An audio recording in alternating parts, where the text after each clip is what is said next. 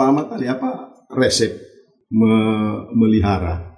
Karena banyak yang terjadi ketika cinta itu tumbuh tidak terpelihara sampai akhir. Ya, saya sama dia ini tidak menunggu 1 bulan baru ribut. 2 hari pertama pernikahan sudah ribut. Malam setelah yang harus seperti ini ya harus seperti ini. Jadi jangan membiasakan yang salah gitu, kemudian membenarkan yang juga salah gitu. Harusnya membiasakan yang benar. Jangan, soalnya biasanya begini Bu. Ya jangan biasanya, kalau itu salah jangan jadi kebiasaan gitu. Jadi banyak saya belajar, jadi alhamdulillah. Jadi Bu, memang banyak yang tidak tahu bahwa orang Sulawesi Tengah tahu Ahmad Ali. Iya. Orang Sulawesi Tengah tahu Nilam Sari, Lawira. Tapi mereka tidak tahu kalau kami suami istri. Iya. Pacaran. Tidak, karena mungkin satu mengaku bujang, satu mengaku gadis.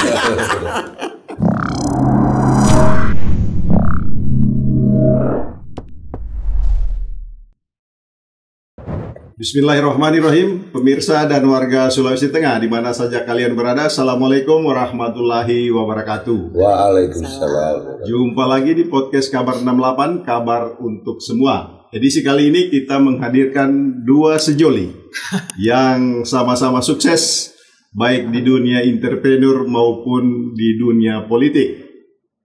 Mereka adalah Bapak Haji Ahmad Ali dan Ibu Dr. Haja Nilam Sari Lawira Ahmad Ali. Assalamualaikum warahmatullahi wabarakatuh. Waalaikumsalam warahmatullahi wabarakatuh. Apa kabar Pak Ahmad Ali? Alhamdulillah baik sehat. Ibu Nilam. Alhamdulillah. Ibu Ketua. Ibu Ketua. Sudah tidak ketua. Masih Ketua DPW. Ya itulah. Ya. Lama baru bersuah. Ya. Ibu Nilam adalah orang ini adalah teman seperbedaan ketika itu. Ketika Si muda ya. Pada zamannya ya. Pada zamannya. Jadi ketika waktu itu Pak Ahmad ya 35 tahun lalu ya. Jadi kalau orang jual kita beli Ya. Jangan lambat. Tidak ditawar itu. Pemirsa, Ibu Dr. Haji Nilam Sari adalah memulai karirnya ketika itu sebagai seorang bankir. Pernah menjabat kepala cabang bank dan namun bukan kepala cabang. Terlalu tinggi kali ya. Ya. Calon. Ya. Tapi keburu dilamar jadi Ya. Dihentikan. Pernah berkarir di salah satu bank di Poso ketika itu. Ya. Kemudian menekuni sebagai Dosen. tenaga pendidik, Ya. sebagai dosen di Universitas Tadulako, kemudian berkarir ke dunia politik. Itu Ibu Nilam, bagaimana awal mulanya ketika sebelum membangun Mahligai dengan Pak Ahmad Ali? Karena asam di gunung, garam di laut, ketemunya di Belanga. Yang satu orang Wosu, yang satu orang Kaili Palu Poso Parigi. Bisanya itu bagaimana? Alhamdulillah Allah memberikan jalan-jalan yang tidak terduga ya. Dalam kehidupan saya itu banyak hal yang harus saya lalui. Ya. Awal pengen masuk di fakultas FKIP, pengen jadi guru. Ya. Tiba-tiba masuknya di pertanian. Ya. Kemudian setelah selesai pengennya jadi dosen. Ya. Karena memang dari awal kan dapat beasiswa TID, tunjangan ikatan dinas pada saat itu. Artinya beasiswa itu kalau selesai harus mengabdi, jadi pengajar, jadi dosen. Tiba-tiba menunggu itu lama kan? Ya. Sementara kita sudah pengen kerja, sudah sarjana nganggur kan? Tidak enak perasaan. Iya. Asam lambung naik. Jadi melamarlah di bank dan namun kebetulan waktu itu ada penerimaan dan ditugaskan di Poso. Tidak menolak. Oh, itu adalah jalan-jalan Tuhan untuk ketemu. Iya, jalan-jalan Tuhan untuk ketemu. Kebetulan kan Poso kampung halamannya Papa. Iya. Papa lahir di Poso. Direstui Papa antar, tinggal di rumahnya nenek.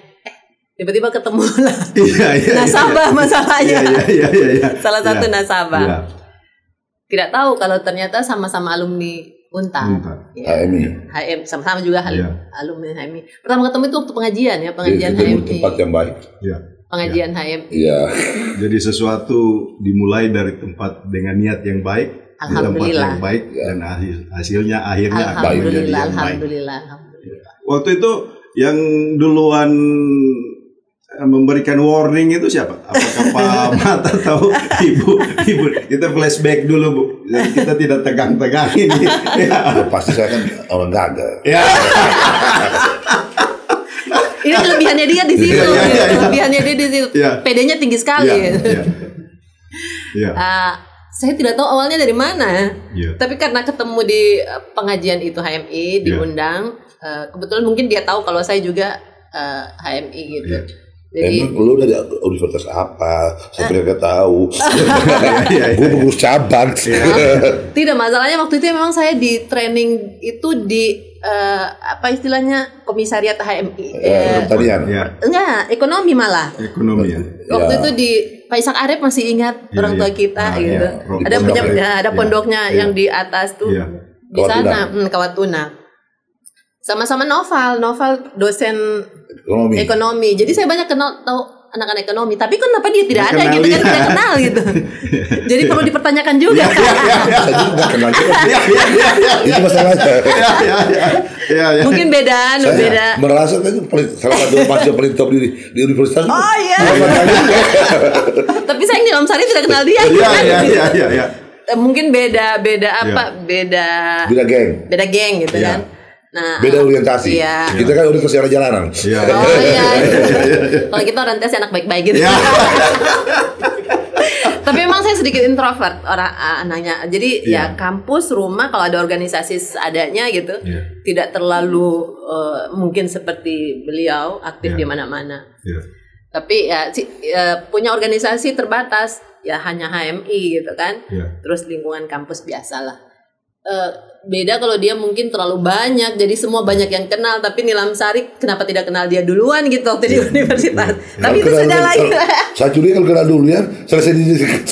Selesai di situ saja. Dia terus kuliah yang sebenarnya di situ. Oh begitu. Ya begitulah jadi. Awalnya begitu, jadi saya tidak tahu juga siapa yang duluan, siapa yang memulai, siapa yang mengakhiri. Perasaan tahu duluan. Oh gitu ya. Jadi Bu memberikan pancing-pancingan. Bu Dokter. Jadi ketika ada rasa ketika itu tidak mempersoalkan. Misalnya saya ini orang Kaili, Pak Mat itu orang Cina, baru orang Wosu, saya ini orang Palu, Parigi Poso. Orang Al-Khairat, orang Muhammadiyah. Iya, Al-Khairat Muhammadiyah itu lagi ya. Dua organisasi keagamaan yang tidak ada terbersit ketika itu. Kalau misalnya saya punya pendamping dengan latar belakang suku yang berbeda, kemudian ras, kemudian kampung yang berbeda, tidak ada gambaran soal itu ketika. Kebetulan saya alhamdulillah dididik dan lahir di lingkungan yang memang plural, tidak homogen gitu. Di rumah itu banyak orang-orang dari berbagai kampung Poso, dari Napu, semua tinggal di rumah. Jadi Islam Kristen gitu. Karena dari papa kan juga sebagian masih ada yang non Muslim gitu. Tapi tidak pernah tidak mempersoalkan mempersoalkan itu. Di rumah kan banyak orang non Muslim juga tinggal yang bersekolah jadi terbiasa dengan itu. Jadi tidak pernah melihat orang itu ini sukunya ini atau agamanya ini, tidak. Jadi sudah terbiasa sih dari keluarga mendidik seperti itu, dan memang lingkungannya kita seperti itu. Karena Pak Mat Ali ini saya kenal beliau meskipun Taurus yang kokoh, ketika ada kemauan susah dirubah. Ya. Begitu Pak Mat ya. Karena itulah, karena ada kemauan ngejar dia.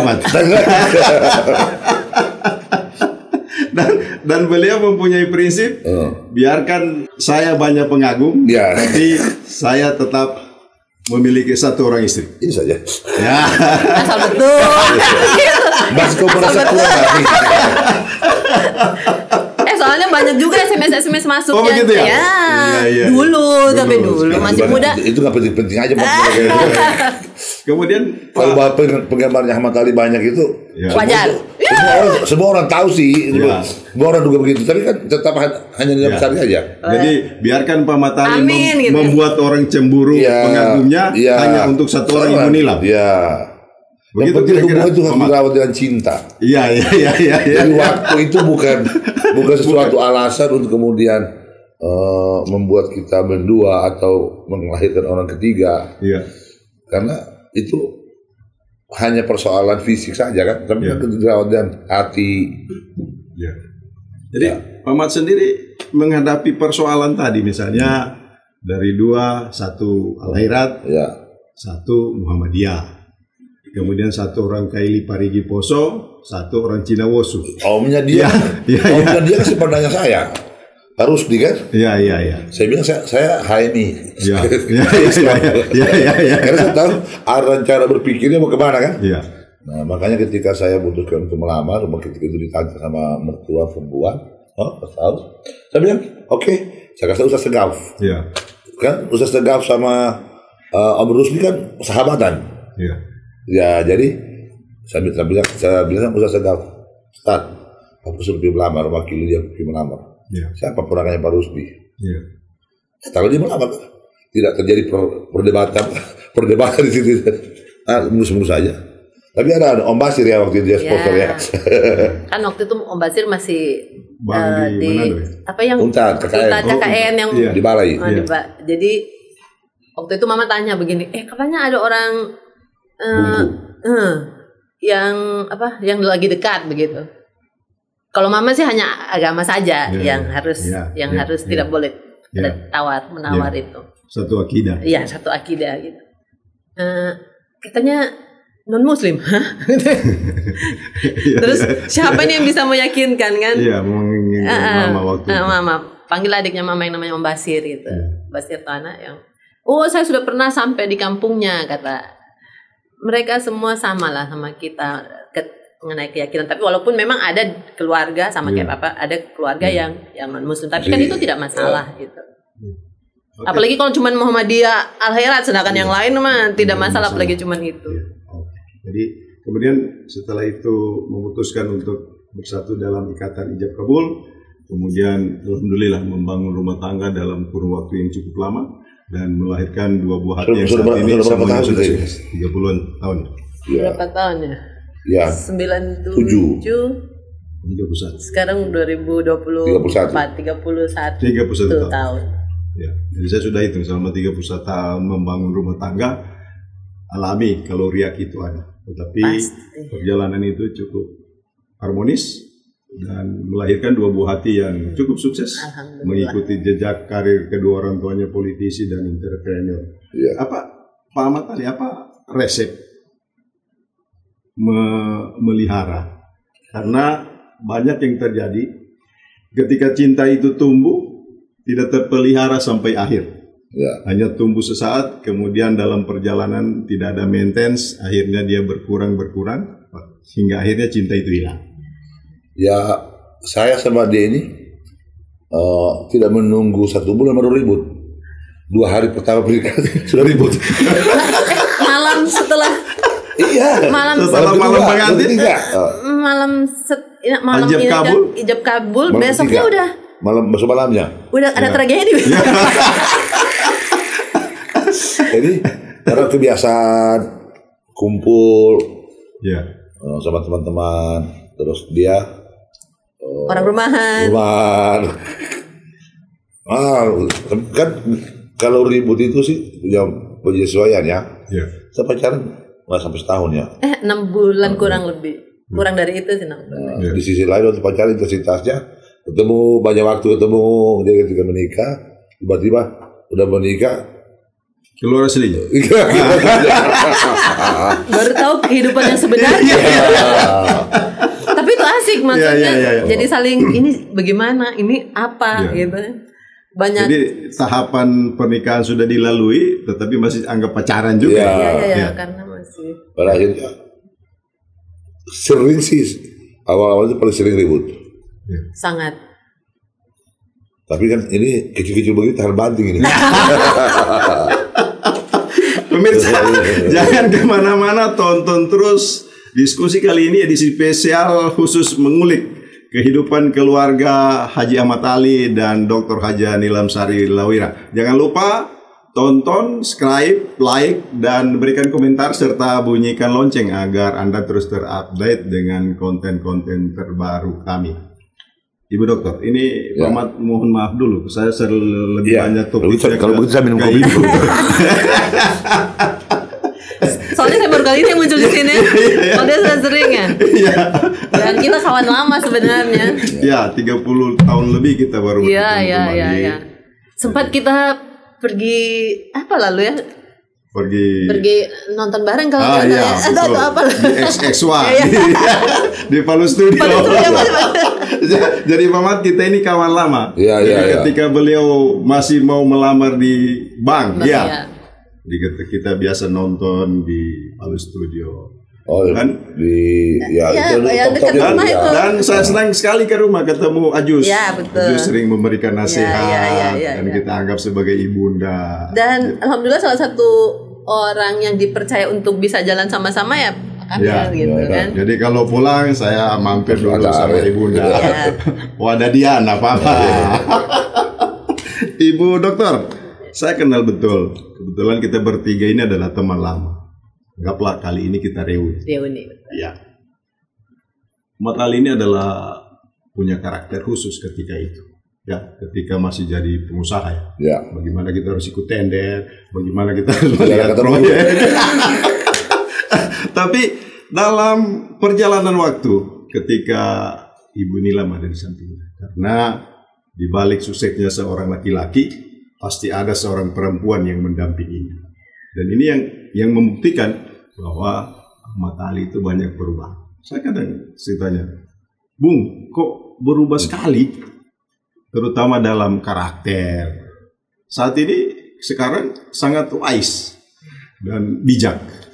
Apa yang Ibu Nilam lakukan terhadap perubahan yang dilakukan oleh Pak Ahmad Ali sebelum kita nanti masuk ke dunia politik? Sebenarnya tidak ada hal yang istimewa atau hal khusus yang saya lakukan, cuman ya sabar menghadapi karakter beliau, tapi mungkin dengan pengalaman perjalanan rumah tangga kami yang banyak pasang surutnya, sehingga membuat dia semakin hari semakin bijak untuk bersikap baik terhadap istri, terhadap anak, terhadap keluarga. Karena menurut beliau istriku itu baik sekali. Jadi itulah salah satu yang membuat misalnya ketika ada sesuatu beliau lihat istrinya, oh baik sekali kasih istri. Ya alhamdulillah, saya mungkin karena dididik juga dari lingkungan yang alhamdulillah. Kemudian dengan basic agama yang kuat. Karena saya hanya ingat pesannya Mama. Ya. Dalam hidup ini berpegang sama dua saja, sabar, apapun yang dihadapi sabar, dan sholat gitu. Karena kalau sabar Allah sama orang sabar, sholat Allah dengan orang yang sholat gitu. Jadi ketika kita melakukan dua ini berlipat ganda kekuatan yang ada di dalam diri kita. Udah sabar, sholat lagi gitu.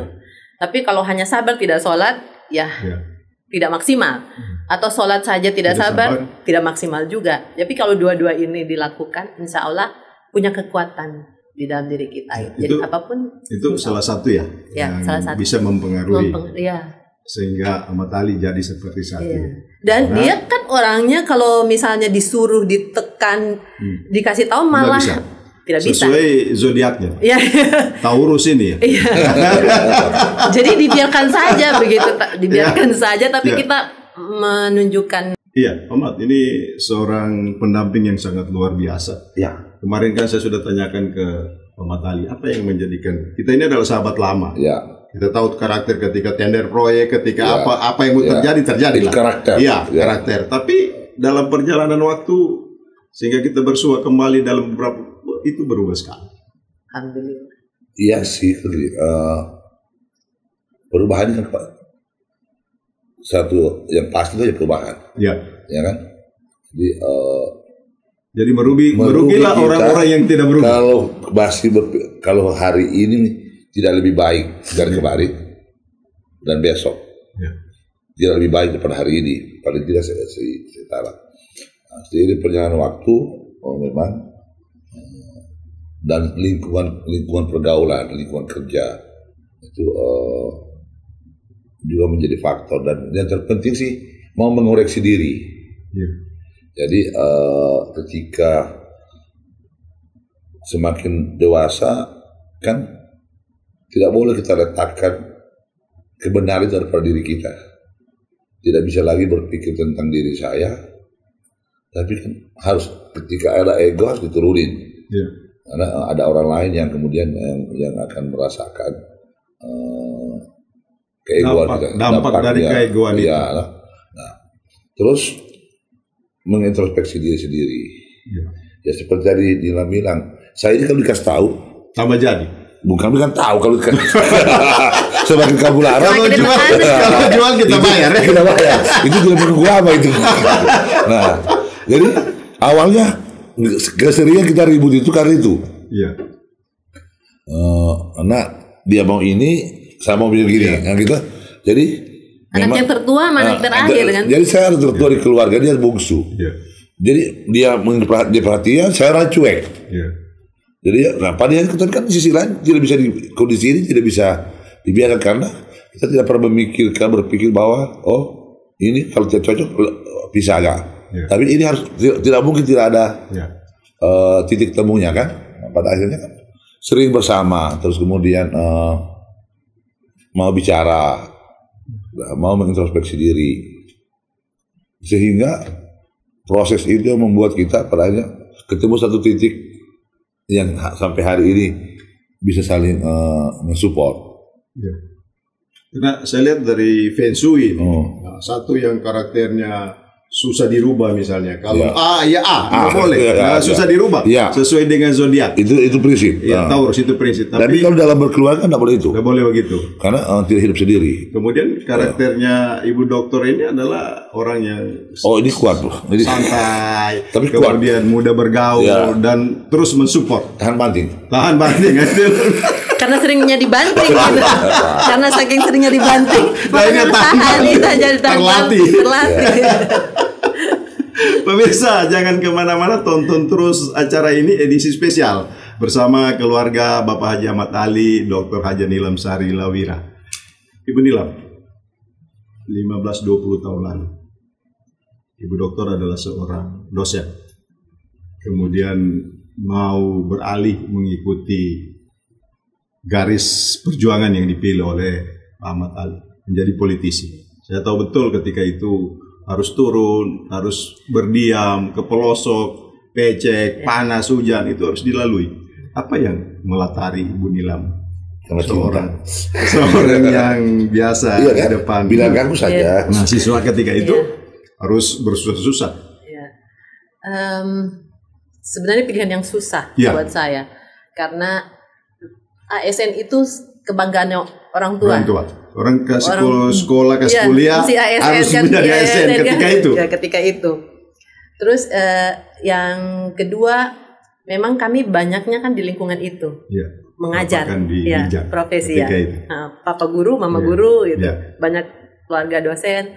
Tiba-tiba saya harus beralih ke dunia yang hampir di keluarga. Hampir. Ya. Ada cuman tidak di lingkungannya saya gitu. Tapi ada waktu itu masih mama papa sudah tidak ada waktu itu. Tapi ada Ibu Siti Hadijah Tuana, adiknya ibu, kemudian diskusi gitu kan. Ini bagaimana, suami maunya begini, saya bagaimana gitu. Kata, alhamdulillah saya itu selalu dilingkungi oleh keluarga-keluarga yang landasannya agama begitu. Jadi ini kan orang tuamu katanya sudah tidak ada dua-duanya. Jadi yang pengganti orang tua itu adalah suami gitu. Selama dia mengajak bukan hal yang syirik gitu, kamu wajib mematuhi. Apalagi cuma ini masalah dunia gitu kata dia. Bismillah saja, bismillah. Tapi kakak bilang jangan, ini sudah yang kau dengar adalah suamimu. Imamu gitu. Bismillah. Udah berdasarkan itu ya bismillah saya. Terus saya tapi tidak langsung begitu juga, saya terus bagaimana kehidupan saya ke depan, saya harus bagaimana dan lain sebagainya. Ada juga satu yang menguatkan bahwa kalau dosen kata dia, kalau dosen itu kan lingkupnya lebih terbatas gitu, lebih terbatas. Mahasiswa, kampus, petani gitu karena di pertanian. Kemanfaatannya sedikit. Iya, kemanfaatannya agak terbatas. Tapi kalau misalnya di politik bisa sektor ekonomi, kesehatan, Ya, pendidikan, semua semua bisa gitu. Jadi kebermanfaatan diri itu lebih luas. Oh ya juga sih, kata. Iya ya, saya lihat gitu kan, melihat beliau ini semuanya diurusi. Ya. Tidak ada yang Gila, tidak urusan. diurus. Ya mungkin juga bisa seperti itu, berdasarkan kebermanfaatan itulah, maka itu yang Ya. memotivasi sebenarnya. Karena harus berpindah ke dunia yang betul-betul. Cuman alhamdulillah selama beliau terjun di politik, dengan dari awal pernikahan itu saya sudah mengamati Dan kehidupan berjalan.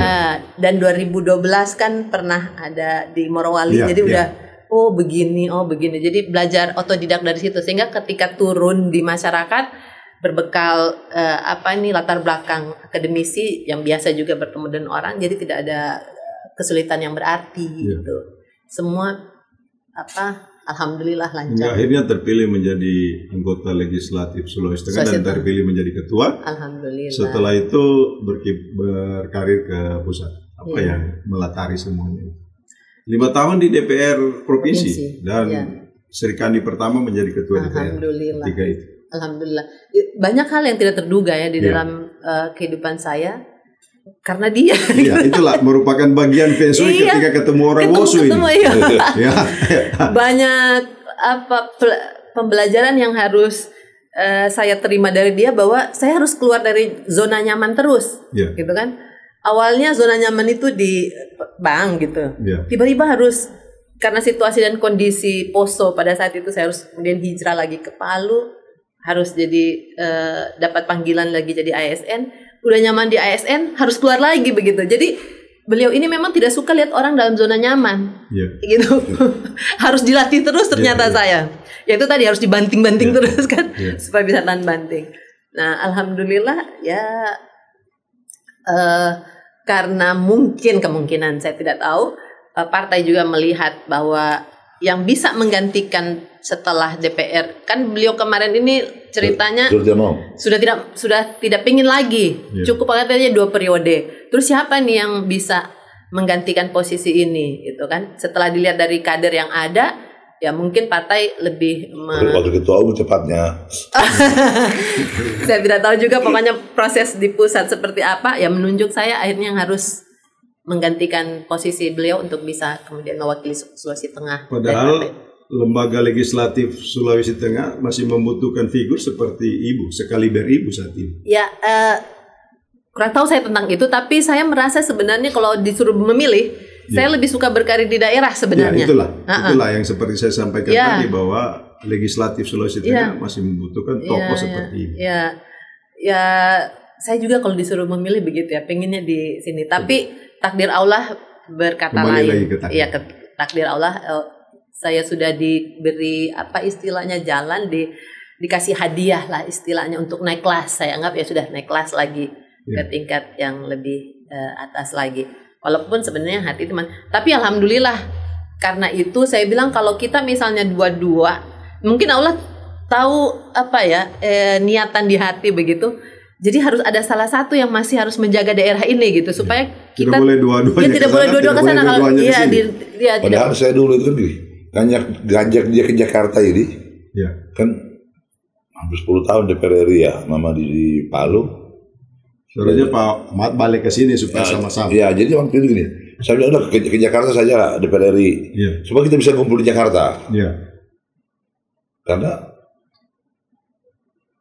bukan mengeluh sih, hampir waktu kita habis untuk mengurus masyarakat. Nah, sehingga kemudian. Tapi kan ini soal bukan banyaknya waktu, tapi quality time.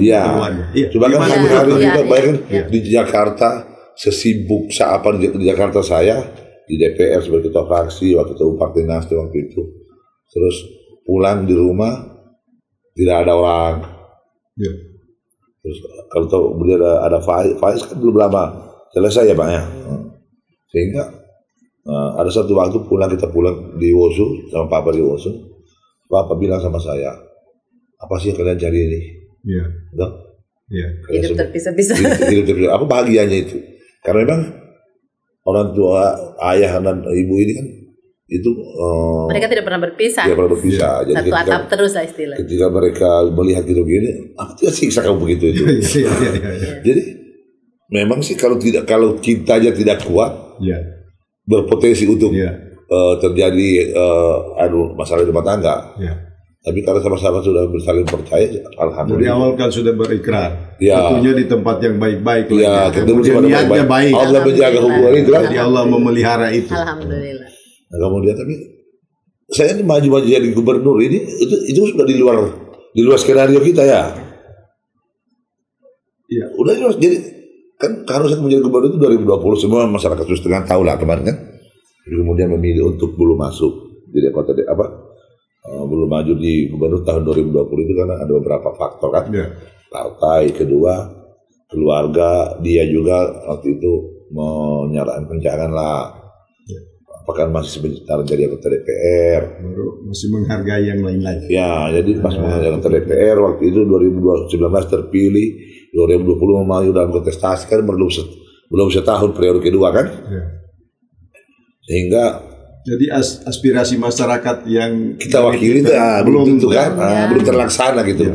Kenapa memang kalau memang jadi gubernur, kenapa tidak dari awal saja? Ya. Gitu. Kita selesaikan saja dulu.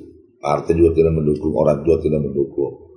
Sehingga menyelesaikan, sebenarnya dia pun kaget ketika 2 tahun sebelumnya ya Mak, saya sudah bilang, saya umumkan.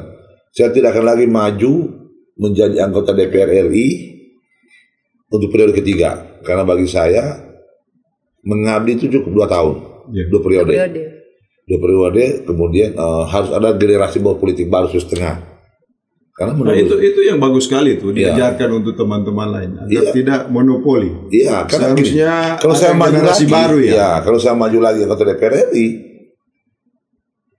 saya tidak yakin kalau saya tidak terpilih lagi kan. Ya. Saya tidak yakin ada orang berani maju di Nasdem, Ya. ya kan? Nah, sehingga di sisi lain sekuat apapun saya, tapi sudah ada masa jenuh karena Ya. membawa aspirasi itu kan tergantung sangat-sangat fluktuatif kita kan. Di sisi lain DPR itu kerjanya monoton, tidak ada terobosan, tidak ada hal. Nah, jadi kalau setiap 10 tahun itu hal yang sangat membosankan di DPR. Nah, kenapa saya bilang 2 periode cukup supaya ada pengabdi terbaik. Saya yakin dengan dia masuk DPR menggantikan saya, dia jauh lebih baik daripada saya. Sebab karena dia Amin. perempuan, kemudian dia punya kecerdasan, masya Allah. Ya. Iya, luar biasa. Dan itu harus diakui. Iya. Jadi dunia pun mengakui soal itu. Ya, kalau itu lah, kalau saya bilang saya lebih pintar dari dia, tidak juga. Jadi itu sih sebenarnya. Ibu dokter, dalam persoalan mendidik anak, 2 putra ibu dan bapak semuanya menjadi orang sukses. Alhamdulillah. Itu pertama, kunci utamanya apa? Pertama, misalnya menjalin hubungan rumah tangga ini dalam rentang waktu yang cukup panjang, tapi alhamdulillah, meskipun riak itu ada alami, tapi hanya terjadi di internal, tidak pernah meledak. Hingga akhirnya 2 buah hati itu menjadi orang-orang sukses. Alhamdulillah. Saya ini menghadapi 3 laki-laki dengan 3 karakter berbeda. Ya. Itu yang melatih saya dan tahan banting juga itu salah satunya. Ya.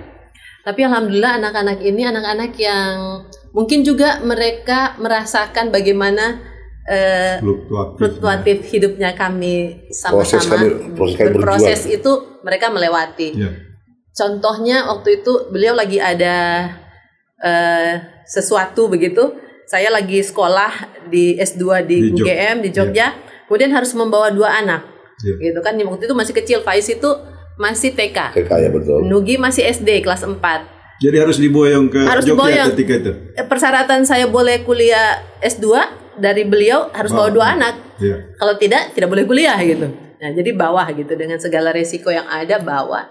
Kemudian ya namanya anak-anak lingkungan baru, Nugi itu setiap hari saya dapat panggilan ke sekolah untuk mendengarkan marahnya guru gitu sama Nugi, memberi hukuman sama Nugi hampir setiap hari karena berantem pukul anak.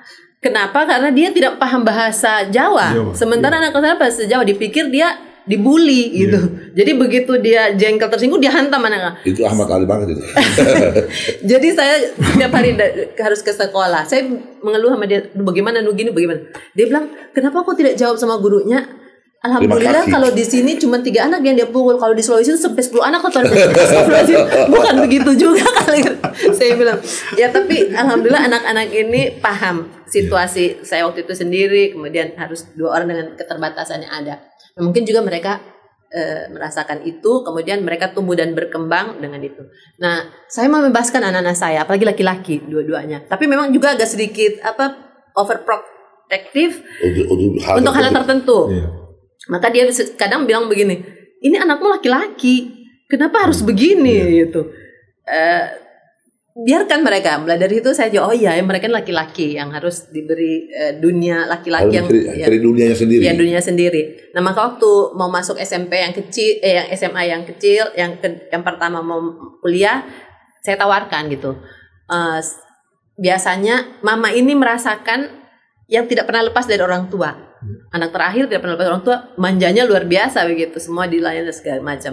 Pengen anak laki-lakinya mama ini tidak seperti apa yang mama rasakan gitu. Pisah dengan orang tua itu kan membuat kalian mandiri. Tapi itu kalau mau, kalau tidak juga tidak apa-apa, biar kita sama-sama tetap kumpul. Tapi mungkin anak-anak ini berpikir dan mereka mengamini itu gitu, mau berpisah. SMA Faiz di Melbourne, kakaknya juga di sana, di Melbourne. Jadi udah pisah sejak SMA Faiz, mungkin mau masuk kuliah. Mungkin itulah alhamdulillah yang membentuk mereka sampai sekarang ini. Itu satu, bisa memahami keadaan orang tua. Kemudian yang kedua, saya memberikan kebebasan untuk mereka menentukan sendiri. Tapi juga sekaligus mengarahkan gitu. Ini kalau bisa begini, tapi kalau tidak apa-apa. Nah, sampai Faiz itu waktu mau masuk, setelah tamat dari Melbourne mau masuk kuliah, saya tidak tahu dia mau kemana, gitu kan? Tidak pernah juga. Nanti Faiz mau kemana? Nanti aja lama gitu. Dia udah lulus di Universitas Korea University, salah satu terbaik sana. Yang baru saya tahu, oh anak ini mau lanjut di Korea gitu. Tadinya pikir tetap di Melbourne, London. Terus dia maunya di London. Saya maunya tetap di Melbourne biar udah lingkungannya sudah. Tapi tiba-tiba punya di Korea. Tapi kan kita tidak boleh menghambat itu karena dia udah menentukan sendiri dan dia lulus di sana. Nah, ya udah ikuti gitu. Jadi mau jurusan apa juga ya kami memberikan kebebasan gitu mereka untuk menentukan, karena mereka kan yang lebih tahu dirinya mereka tuh untuk passionnya di mana gitu. Jadi kita tinggal mengarahkan saja. Alhamdulillah jadilah seperti sekarang. Walaupun Nugi memang dalam akademik dia agak cuek lah, sangat super cuek, tapi alhamdulillah dia berhasil ternyata, dan ini passion dia. Faiz passionnya di bisnis, Nugi di politik. Jadi ini suatu anugerah yang luar biasa buat saya. Bukankah saya jadi anugerah itu? Kok ini mantan terindah, anugerah terindah dalam hidup. Anaknya juga kan juga anugerah gitu. Apalagi dalam diri Ahmad Ali yang mampu berubah sampai saat ini dari karakter yang dulu-dulu adalah sabar dan salat. Itu adalah jurus yang dilakukan oleh seorang ibu. Bukan hanya sabar, harus super sabar menghadapi dia. Kalau cuma sabar kayaknya karena laki-laki super. Harus super. Karena laki-laki super harus dihadapi perempuan yang super sabar. Tidak, karena menghadapi 3 laki-laki kan. 3 laki-laki dan jadi karakter yang berbeda. Harus semuanya harus super. Ya. Kemudian Ibu Nilam, apa yang Ibu akan perjuangkan dan persembahkan ke Sulawesi Tengah? Dalam kondisi Sulawesi Tengah masih sangat banyak kekurangan. Kemudian masyarakat Sulawesi Tengah telah menitipkan ke Ibu sekitar 200.000 pemilih. 200.000 lebih pemilih yang menitipkan harapan untuk Ibu Nilam ke pusat agar Sulawesi Tengah ini mengalami perubahan. Ya. Alhamdulillah hari ini saya menjadi anggota DPR RI dan ditempatkan di Komisi 10 yang membinangi bidang pendidikan, kemudian kebudayaan, kemudian penelitian itu.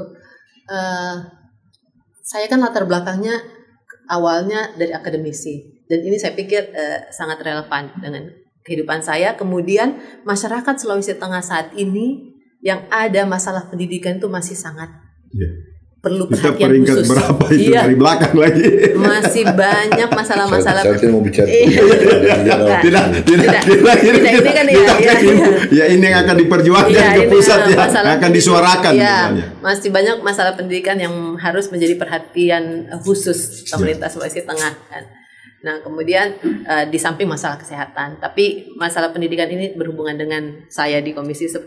Mudah-mudahan keberadaan saya di Komisi 10 ini bisa membantu masyarakat Sulawesi Tengah untuk mengatasi berbagai macam masalah pendidikan yang ada. Gitu. Ya, karena terutama infrastruktur ya. Ya, karena saat ini kita sangat prihatin juga Bu, ketika mendengar laporan misalnya data-data yang diajukan oleh BPS. Ya. Kita punya peringkat itu kan diukur dari belakang. Ya. Seharusnya peringkat itu diukur dari 1, 2, 3, 4, bukan dari urutan bawah ke atas. Ya. Jadi selain persoalan pendidikan berkaitan dengan yang komisi yang Ibu tekuni saat ini, ada penelitian juga termasuk teknologi kan. Kalau dari itu ya yang mungkin bagus dikembangkan, Bu, karena selama ini misalnya kita di UNTAD itu banyak penelitian itu cuma hanya habis di mana itu di laboratorium atau di perpustakaan, tetapi tidak diaplikasikan, tidak di pemerintah daerah harus memiliki hubungan historikal, harus kerjasama sih, harus berkolaborasi dengan lembaga-lembaga pendidikan dan lembaga-lembaga penelitian. Karena kalau di luar sana kan di negara-negara maju semua kebijakan itu berdasarkan hasil research, gitu kan, hasil penelitian, sehingga ada kebijakan. Jadi one data or one policy gitu kan. Jadi satu data untuk satu kebijakan.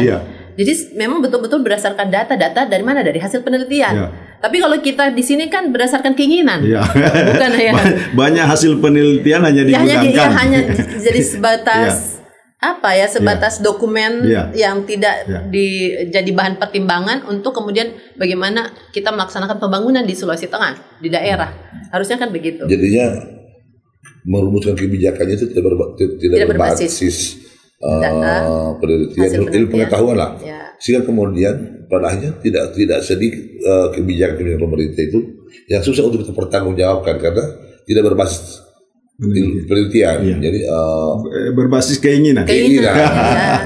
Jadi itu yang kemudian memang menjadi masalah, sehingga dan yang berbasis keinginan itu banyak kita temui real di lapangan. Ya padahal nggak ada kemanfaatannya kan. Maksudnya kan di setiap kebijakan yang dirumuskan itu harusnya berbasis kebutuhan masyarakat, kepentingan masyarakat, penelitian, bukan keinginannya. Kan gini, ketika saya berjalan nih, terus tengah keliling full bucket, masalah kita dapatkan ini, harusnya kan merumuskan kebijakannya ini diadukan dengan ini bagaimana, sehingga nanti setiap hasil rumusan program yang kita tawarkan itu, insya Allah itu sangat akan kita bisa bertanggungjawab secara akademis dan ilmu pengetahuan, dan itu boleh diuji. Makanya setiap debat kita tidak pernah, karena memang yang kita tawarkan program itu adalah kondisi real hari ini yang harus diselesaikan, yang tidak mungkin itu bisa diselesaikan tanpa lahirnya pemimpin yang memiliki kemauan untuk berubah itu gitu. Maka perencanaan paling penting. Dasarnya adalah perencanaan. Bagaimana merencanakan berdasarkan data yang ada, berdasarkan hasil penelitian yang ada gitu. Jadi jangan nanti program itu tiba akal menurut saya. Ini pengalaman selama di provinsi. Jadi banyak pengalaman program-program yang tiba akal hanya karena berdasarkan keinginan, tidak berdasarkan perencanaan. Jadi banyak yang meleset dari itu. Sehingga kinerja pemerintah ketika dinilai pasti tidak akan tercapai secara maksimal. Karena yang sudah direncanakan tidak dikerjakan, yang tidak direncanakan malah itu yang jadi prioritas. Itu yang jadi prioritas gitu. Harusnya kan sesuai perencanaan, karena makanya merencanakan itu harus ada dasarnya. Gitu. Kalau tidak ada dasarnya, rencana pasti jadi jelek begitu. Setelah bagus ada dasar, ada perencanaan, maka pelaksanaannya harus konsisten, komitmen dengan ini yang sudah direncanakan. Bukan ini yang direncanakan tidak dilaksanakan, tapi tiba akal ada program-program yang tidak direncanakan itu yang diprioritaskan, kan aneh gitu. Sehingga anggaran itu tidak tepat sasaran. Banyak serapan anggarannya tidak sesuai target. Skala prioritasnya tadi itu jadi akhirnya kacau menurut saya. Nah, yang tidak terencana dikerjakan, yang direncanakan tidak dikerjakan. Ya, jadi kalau membiasakan yang benar, membenarkan yang biasa itu kan jadi kalau masalah. Membiasakan bekerja dengan planning, tentu hasilnya outputnya juga akan bagus. Akan bagus gitu, lebih terarah ya. Iya betul. Lebih mencapai target lah. Jadi banyak sekali yang harus dirubah ya. Ya banyak. Tapi tidak apa-apa. Ini kan kita tidak bisa benar kalau tidak ada salah. Jadi banyak kesalahan yang harus diperbaiki untuk kemudian menjadi benar kan begitu. Tapi jangan juga salah itu dibawa-bawa terus ya. Jangan dulu kesalahan itu dibawa-bawa terus. Iya, karena ada waktu pertama saya agak stres. Waktu di akademisi itu kalau yang salah ya salah gitu, salah. Tidak boleh dibilang benar. Nah tiba-tiba saya harus masuk di dunia yang begini kan. Jadi saya agak strike gitu. Dibilang tidak bisa begitu Bu. Soalnya biasanya begini.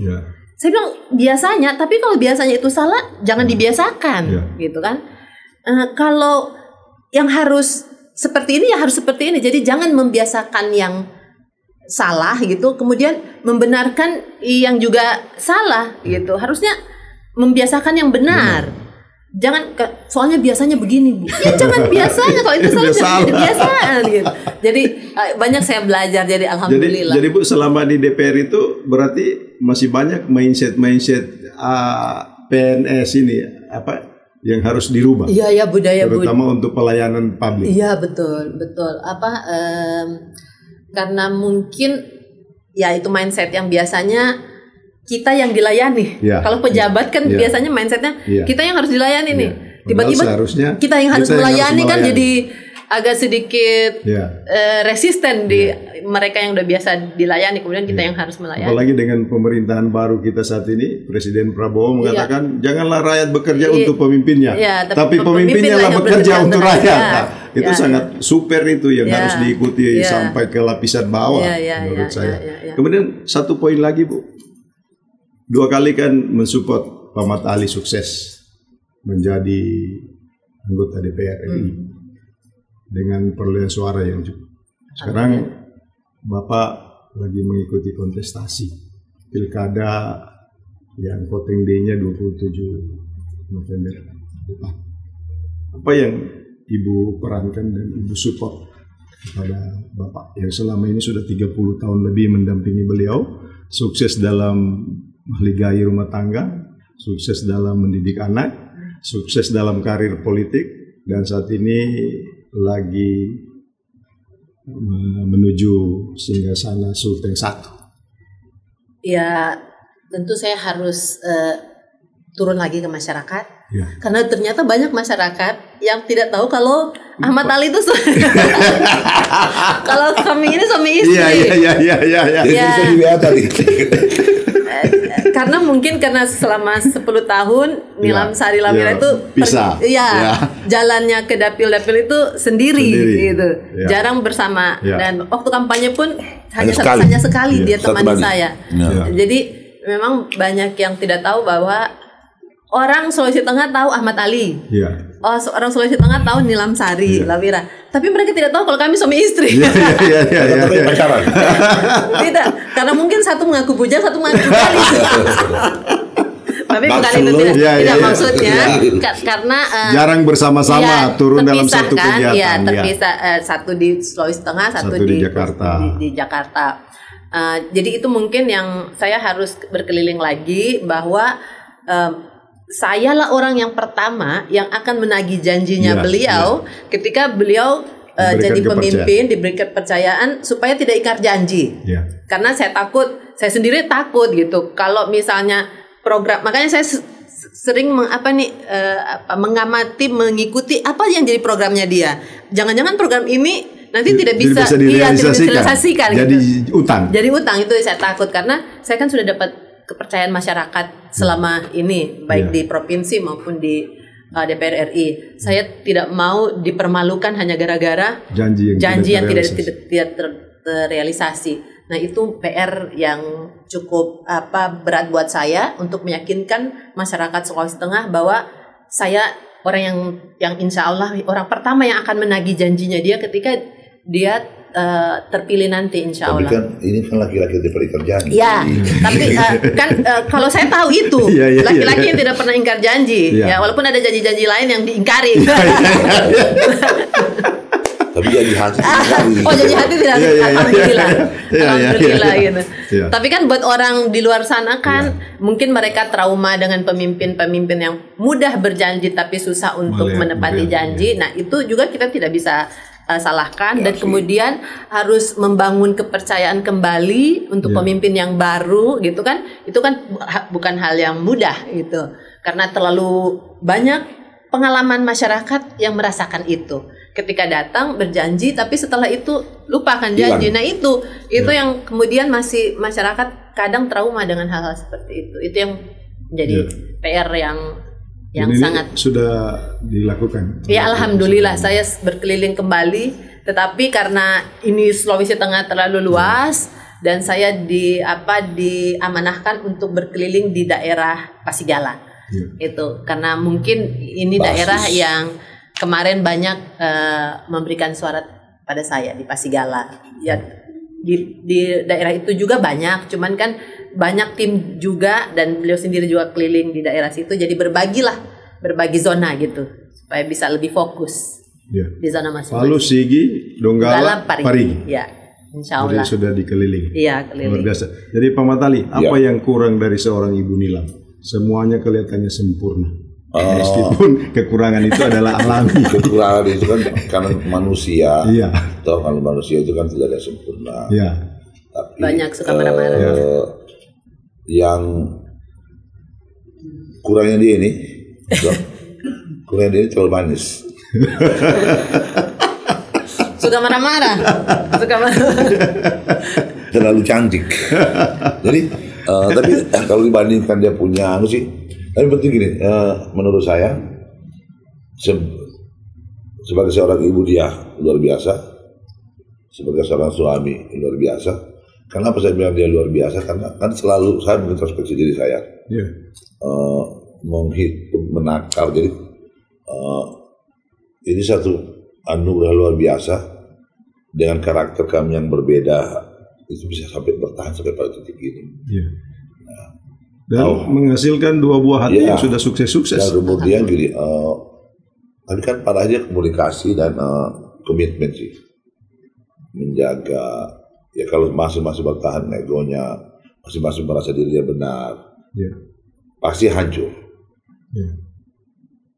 Nah saya masalahnya, saya ketika ada mauku suka, susah dibendung. Nah dan tidak sabaran. Harus terrealisasi. Nah kalau dia ini kan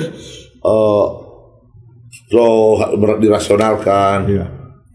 Dosen soalnya, pendidik jadi ada hitung-hitungannya dulu. Iya Bu ya. Kalau saya feeling, keyakinan. Jadi memadukan itu. Dan politisi itu kan bukan tentang kecerdasan semata, tapi kemampuan intelijensi, intelektual, kemudian pengalaman lapangan, baru kemudian melahirkan satu naluri kan. Naluri itu kalau politisi kan maunya untuk segera eksekusi. Ya kan karena politisi. Tapi kalau pendidikan ada itu timing kan, waktu. Ada proses, ada experience yang harus dipertimbangkan oleh logika. Makanya orang politik. Iya Ibu Dokter itu, orang akademisi itu kalau masuk di politik pasti terlambat. Karena selalu telat Itu akan memperhitungkan dulu. Mengambil momen, timing yang pas. Jadi eksekutor dulu. Ya, jadi feeling gitu. Lalu eksekusi dulu harus dia lahir dari pengalaman, memadukan keterpaduan pengalaman, pengetahuan dan intelektual itu kan, sehingga kemudian disatukan untuk kemudian orang itu memiliki bisa membaca, mengambil keputusan di waktu yang pas. Nah, gitu. Ya memang yang susah kita prediksi itu fitnah orang. Ya ini kan kalau orang memasuki dunia politik itu Ibu Dokter kan banyak sekali persoalan yang dihadapi di luar real yang ada misalnya, karena di situ akan bernyanyi di kiri dan di kanan, di atas. Bagaimana sikap seorang istri Ahmad Ali menghadapi persoalan itu, apalagi di tahun-tahun politik seperti saat ini? Ya tenang di tengah gelombang. Tenang di tengah Iya. Iya, menghadapi apapun saya harus berusaha untuk tetap stabil dan tenang gitu. Tenang itu saya tidak harus langsung menanggapi, merespon. Ya. Biarkan saja dulu gitu. Karena ketika sesuatu terjadi kemudian kita merespon cepat akan lebih ledakannya kan lebih dahsyat lagi. Gitu. Jadi tenang saja di tengah gelombang, kemudian mengikuti dan mencermati ini apa sebenarnya. Gitu. Apa substansinya sih ini? Apakah perlu saya tanggapi atau saya biarkan saja gitu. Karena ada hal-hal yang perlu kita tanggapi, ada hal yang sudah biarkan saja, tidak perlu ditanggapi gitu. Tidak perlu diklarifikasi juga gitu. Ada hal-hal yang seperti itu. Jadi memilih dan memilah apa yang harus dilakukan. Tapi tetap kembali sabar dan sholat yang utama. Sabar dan sholat itu pas Ibu kunci. Nilam menghadapi fitnahnya Ahmad Ali ini. Benar nggak apa yang mereka tuduhkan itu terhadap Ahmad Ali? Karena fitnahnya terlalu banyak, jadi ya saya tanya dulu fitnah yang mana ini. Gitu, kan? Dipilah-pilah. Betul nggak Ahmad Ali ini zalim? Oh, kalau itu kan orang menilai itu dari pandangan dia, dari pandangan dari dia, kepentingan dia. Dan saya juga tidak bisa langsung menyatakan seperti ini karena terlalu objektif. Orang saya istrinya kok gitu. Jadi saya pernah ketemu dengan satu tokoh nasional, dia bilang memang Nilam harus subjektif ketika berbicara tentang Ahmad Ali yang notabene suami. Kalau tidak subjektif ya justru dipertanyakan karena saya istri gitu.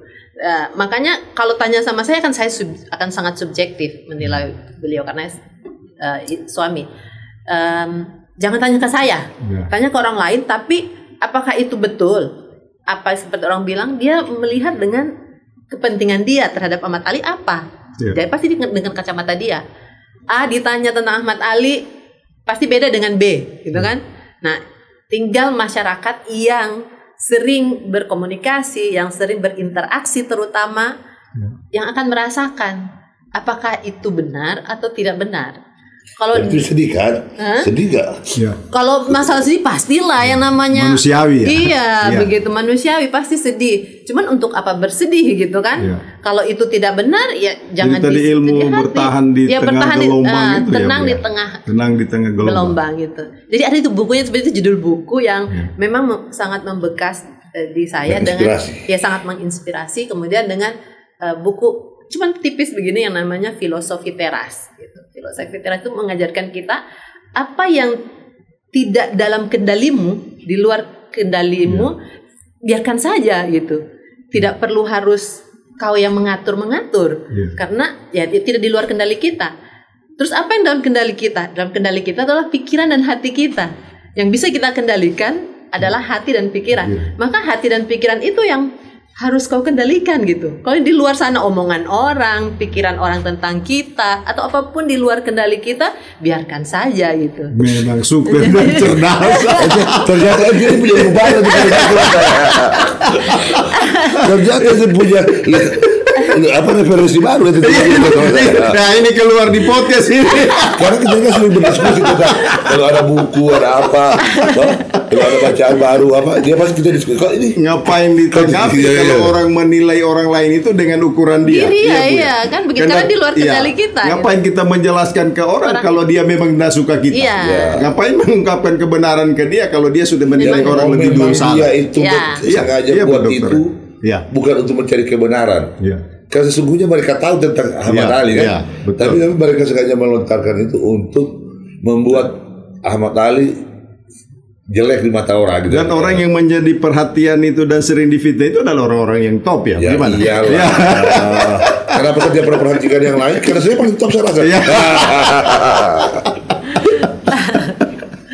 Pemirsa, sangat luar biasa diskusi pada sore hari ini, dan jangan lupa nonton terus, subscribe dan berikan komentar serta bunyikan lonceng agar Anda terus terupdate dengan konten-konten terbaru Kabar 68. Ibu Nilam, di akhir statement ini saya atas nama manajemen mengucapkan terima kasih pertama kali. Oh, kita yang terima kasih. Alhamdulillah sudah diundang. Ya. Jadi bisa ketemu. Kalau tidak diundang saya mungkin lama ya baru ketemu lagi. Tanya terus sama Bapak reunian orang ini. Iya, alhamdulillah. Kemudian di akhir diskusi ini apa yang ingin Ibu Nilam sampaikan ke halayak ramai?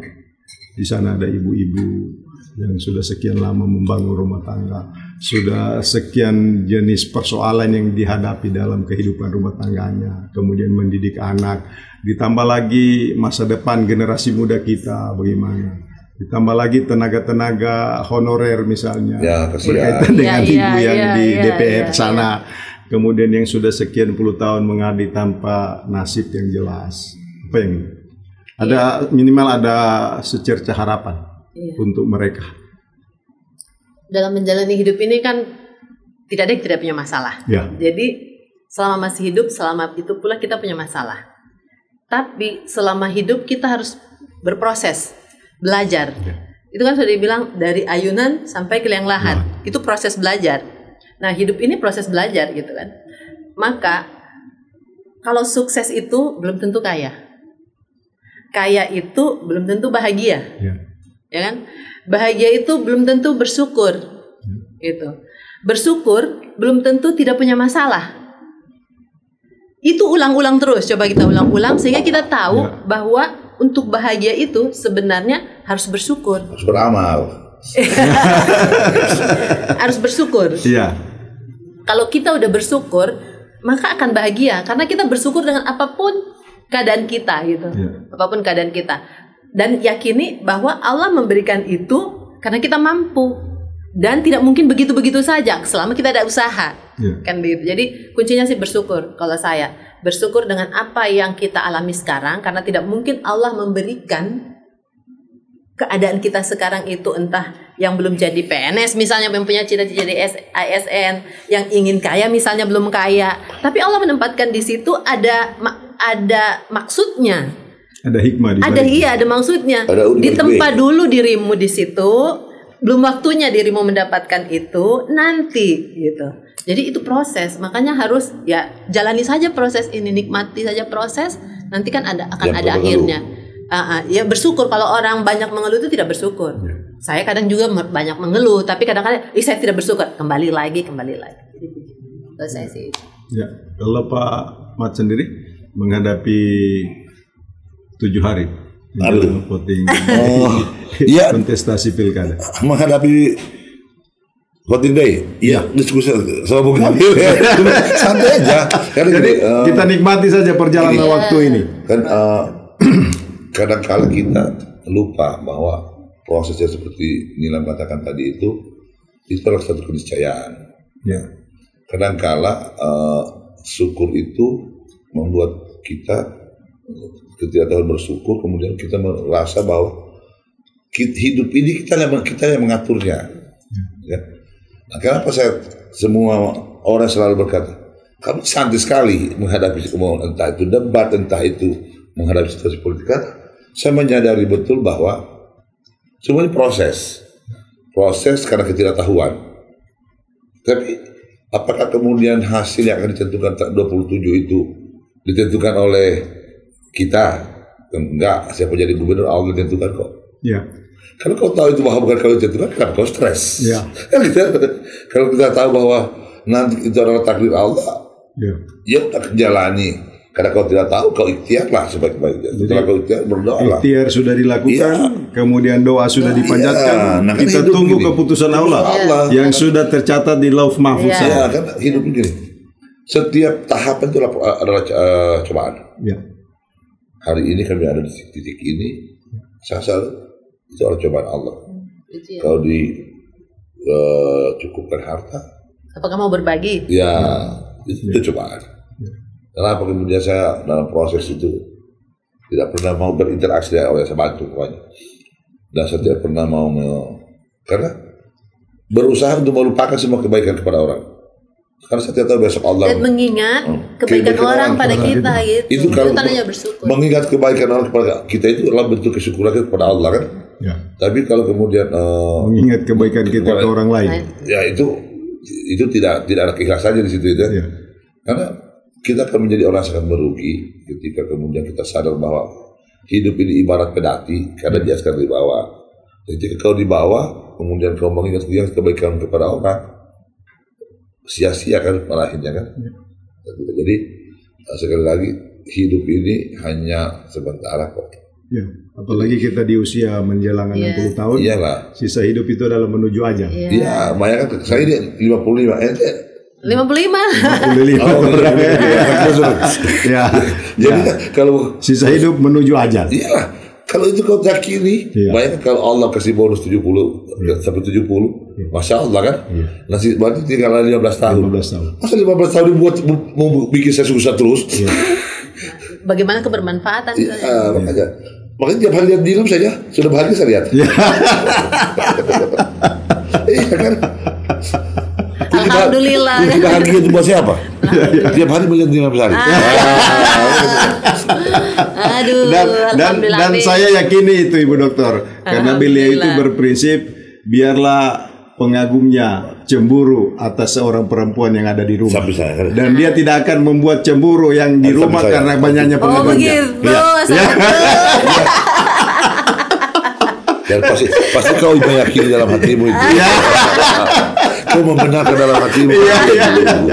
Pemirsa, demikian diskusi di edisi spesial ini. Kami telah banyak flashback soal kehidupan keluarga dan rumah tangga seorang calon gubernur Sulawesi Tengah, Bapak Haji Ahmad Ali beserta Ibu Dr. Haja Nilam Sari Lawira. Semoga hal yang didiskusikan ini banyak bisa diambil manfaatnya dan menginspirasi teman-teman kita yang ada di sana, dan terus bekerja, berusaha, berdoa, dan jadikan hidup ini lebih bermanfaat ke orang banyak. Dan teruslah bekerja dan berjuang untuk kemaslahatan umat. Sekian diskusi kami pada sore hari ini.